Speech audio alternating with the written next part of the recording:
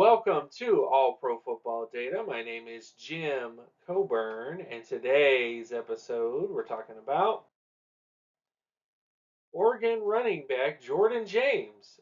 So we're going to take a look at his overall market share running back analytics, his efficiency analytics, age and competition analytics, advanced rushing analytics, then finally finishing up with down and distance conversion analytics. The data collected for the charts are from College Football Reference and collegefootballstats.com. For a glossary of terms, please go to the description below.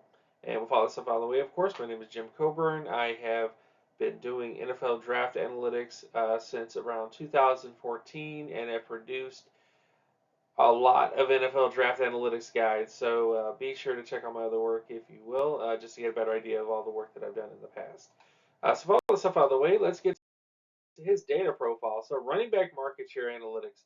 Starting here, he had a 67 percentile total offensive market share production score, 51 percentile in terms of receiving market share, and then 65 percentile in terms of touchdown market share. Now, based on his data, he doesn't have the best market share profile ever. So, when you look at the Pro Bowl averages and the starter averages, he's nowhere near those averages. He's kind of off a little bit in terms of most of the averages at the position. However, his efficiency analytics are fantastic. Yards per touch, yards per reception, his TD percentage, all those numbers are well in line with where you want them to be for a very solid NFL running back. And I think when you look at his running back age and competition adjusted analytics, really great numbers here as well. 96 percentile in terms of his age, 77 percentile in terms of his MSA rating, 86 in terms of his pass rating. But his numbers definitely put him within range of Pro Bowl averages, starter averages at the position in many ways. So I think the biggest thing with Jordan James is that a lot of his evaluation really is going to come down to the film.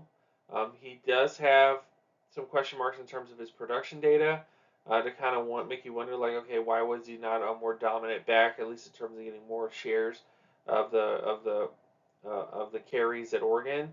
But when you look at the system that Oregon runs, you can kind of be a little less skeptical about it. But we're going to get to the biggest thing that I'm really a big fan of. So one, I'm a really big fan of Jordan James's film, but I'm also a big fan because of his advanced rushing analytics.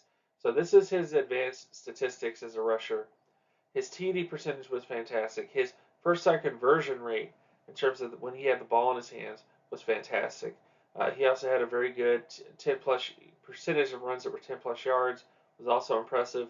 And then he was 81 percentile in terms of the percentage of his runs that were 20 plus yards or more. So he has home run hitting ability based on his statistics. And then when you look at his down and distance conversion analytics, just ridiculous here. 83 percentile in terms of getting first downs on third down, 99 percentile in terms of getting first downs on second down, and then 89 percentile in terms of getting first downs on first down. His first down conversion rate on all downs and distances was fantastic. So, just to remind you guys simply this, his data as a running back, his market share data is not the most impressive aspect of him. But it's not surprising to see that film people would love this guy because of how dominant he was in the limited amount of time that he was on the field for Oregon. So that's the biggest thing you have to kind of weigh here. It's kind of similar to Bucky Irving. Last year, by my overall uh, estimation of him, or at least my evaluation of Bucky Irving, was that he had great production data, at least in terms of efficiency stats. But when his athleticism testing came in, it kind of scared you away from him. And he also didn't do the short shoulder three cone either, which was kind of like, what? I think if he had done that, he might have done well. Maybe not. I don't know. But I think in terms of Jordan James here, it's kind of a similar situation. The production's not the best, but his efficiency is so fantastic that he could be the next great back from Oregon coming up. So overall, I would say, Jordan James did not post elite market share numbers in the aggregate, but on a per snap basis, he was easily the most dominant running back in this particular draft class in terms of a per snap basis with the football in his hands. Film wise, he reminds me the most of Marshawn Lynch out of California. He's a very powerful back with great balance, great contact balance. Even though his data drops him to the 80 percentile range, I ask you not to foolishly drop him too far off your board. So James's film and advanced rushing statistics make him potentially the best back in this class. So even though there are a lot of great backs in this class, we have Ashton Genty, we have Ollie Gordon, there's a lot of great running backs in this particular draft class.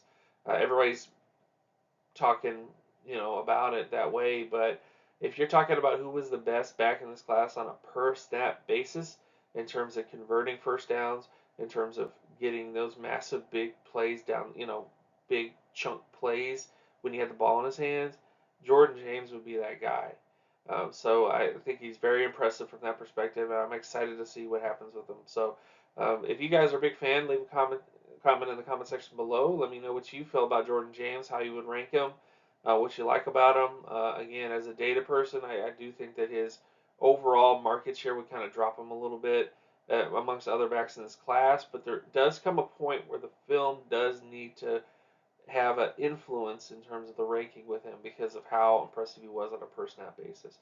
All this stuff, by the way, thank you guys so much for watching. My name is Jim Cobern, and I will see you guys in the next episode.